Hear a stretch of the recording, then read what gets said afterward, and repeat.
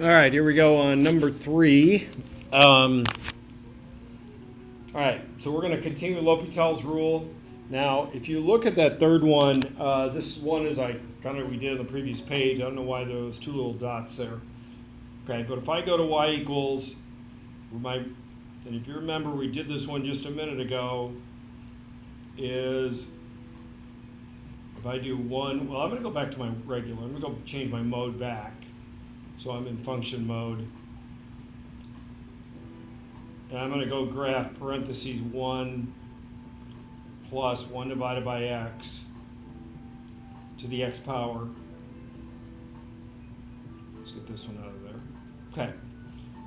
And if I would simply go, I'm going to do zoom standard, but then just to make sure I have that. We're not caring about there. We're looking as it goes to infinity. Okay, so I'm going to change my window and go from 0 out to 1,000. It looks like it's a constant value. Okay, and I'm going to start hitting trace here. And if you remember, what is this one approach? Oh, it's nice we started in the middle here. It's getting really close to 2.718-ish, which we know is our number, our value for E. Because as I said, we got to make sure remember that one. So I threw it back in here again. Okay, so let's look at our next one. We will eventually show why this works, just not today. Okay, so let's go ahead and look at this one. Now, this is a little more complicated. We'll eventually do the whole proof on as to why this works. And how you get E using another method later. Okay, so if I look at this one, I do a direct substitution, is I get 0 over 0. And if I look at it, by the way, if I look at as x approaches 0 from the right, we know the sign of a very small number is positive divided by a positive. So I get 0 over 0. As I get x as approaches 0 from the left, if you remember the sign graph looks like this. So I get a very small negative value divided by a very small negative value, but either case, I still get 0 over 0, and they share the same positive value. Okay? All right, so I'm going to go ahead and then, because that is one of our cases, I am going to go do, I keep writing n, as x goes to 0, and so I'm going to apply L'Hopital's rule here because I got one of my cases. What's the derivative of the sine? Is I get the cosine of x over 1. And now as I approach 0, what is the value? The cosine is I get 1. Okay? So if you remember, way back in pre-calc or you talked about this one, and you were told it was equal to 1. You were never really shown except using what was called the squeeze theorem. L'Hopital's rule makes it much clearer that it actually equals a single value. Okay? All right, so let's look at the next one. If I do a direct substitution, I get 1 over 0. And the mistake here is I cannot go apply L'Hopital's rule. Okay, I cannot. All right, so I actually want to look at this from both sides. You got to be careful on this one. So you got to look at the limit as x approaches 0 from the right of 1 over sine of x, and the limit as x approaches 0 from the left of 1 over sine of x. Okay. Well, this becomes a very small positive number, and I want to think of it like 0.0001. Well, if I take 1 and divide it by that, by the way, this would keep getting smaller. What does that tell us? Is that's going to go to positive infinity.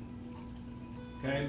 And if you remember the sine graph as you approach from the left is a very, very small negative number, such as negative 0.0001. What do I get?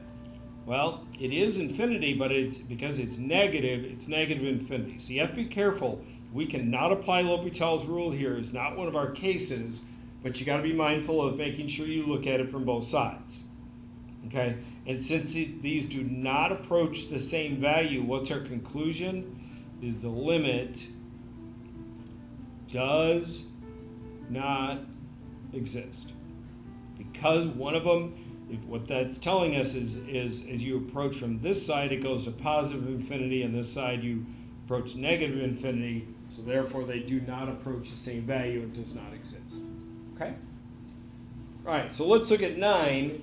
Well, I want you to think of this a little bit differently. Is clearly I have a 1 on a numerical value on top, so it doesn't help us. I can't really apply a value, or excuse me, I'm not going to be able to use L'Hopital's rule because I don't get 0 over 0 or infinity over infinity. So we have to make sure we know when to apply it, when we can't.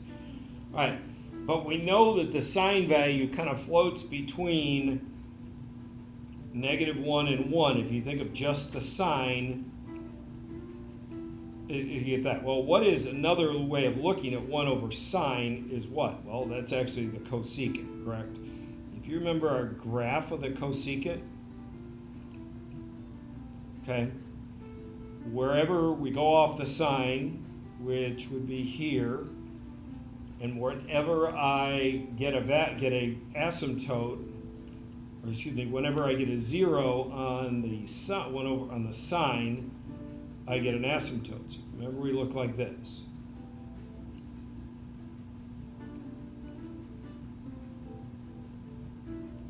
Okay, but if we don't remember that graph, okay, so can we say at infinity where that value is going to be? No, there is no way, because it's on one of these, and what is that approach? Well, it does not exist. Another way of thinking about it is, doesn't this denominator bounce between -1 and 1, and it'll actually go through 0? Well, if we knew the value at infinity was -1, we could say, oh, that limit is -1. If we knew that the value of the sine at infinity was 1, we could say it's 1. Well, it's also 0 in there, so at some points, as we saw, it's undefined. So it does not approach a single value, so what is our conclusion? It simply does not exist. Okay, so I want you to look at 10. And in the past, we've looked at, well, which one grows faster, the top or the bottom? And we always said, well, if you look at the powers, they do it at the same rate. Well, I'm going to go in and show you that we were using L'Hopital's rule, but you didn't really know that. Okay, so if I substitute in infinity, well, these values are pretty immaterial compared to the value of these two, and I'm going to get infinity over infinity.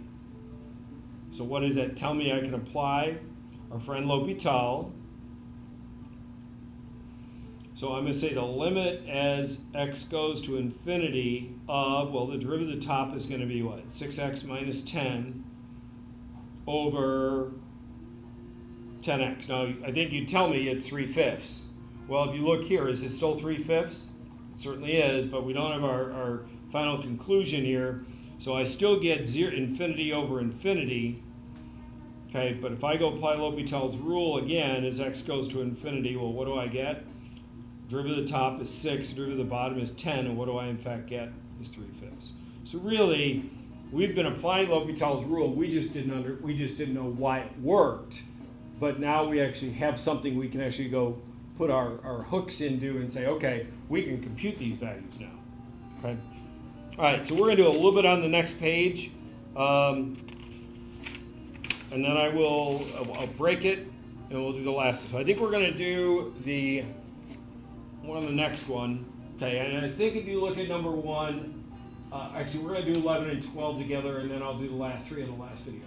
So if you look at this one, as x goes to infinity, the derivative, or excuse me, the value on the bottom, the power on the bottom is higher, so we know it's going to equal 0. Okay, I'm going to show you using L'Hopital's rule as to why this is in fact true. Okay, I do get infinity over infinity by direct substitution. So then I'm going to apply L'Hopital's rule and do the limit as x approach. We're going to say, therefore, I can apply it.